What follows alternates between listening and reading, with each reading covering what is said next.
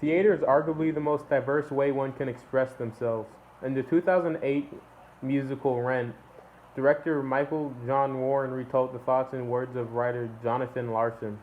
Produced by the New York Theater Workshop, I saw the play years after the original closed its curtains virtually on YouTube on September the 20th of 2020. In the course of just around 2 hours and 30 minutes, Rent tells an oddly optimistic story about the identity and aspirations of others. Over the course of around a year and a half, the play takes us back to the 1990s at the height of the AIDS epidemic.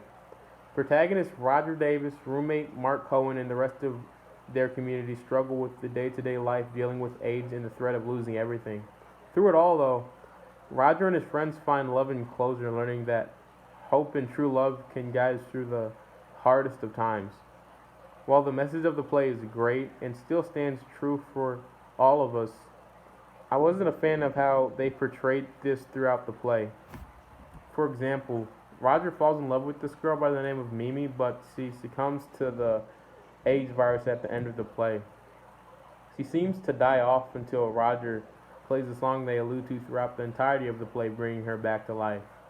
I feel like the ending of this play could have been so much more impactful if she actually died. I know that Angel's death is supposed to be the impact moment, but Mimi's death would have been so much more impactful. The characters could have dealt with these deaths and reflected on life and love in a more somber way, making the play feel more real. I also feel like the play went by way too fast. Instead of the timeline for the play being a bit over a year, they could have definitely made it just a week and covered a bulk of what happens in the play. Acting wise, I love the way character actor Will Chase portrayed Roger. Every time he was on stage, he spoke with such diction and volume and sang with such a purpose. His chemistry with Mimi and others was honestly one of the few things I really connected with when watching the play. The chemistry he had with the other performers and the way he carried the show didn't just depend on quirks and gimmicks like the other characters did. I also enjoyed the set design of the musical a lot. The rustic, strung together vibe really adds to a New York look that they needed, giving it a very dreary vibe, contrasting the energetic mood of the play. As for the lighting, it was standard. I like how they used a single spotlight, blacking out everything else for more character-focused moments in the play. It also helps the play feel a bit darker in tone. The story of Rent shows off how society mistreats the lower class.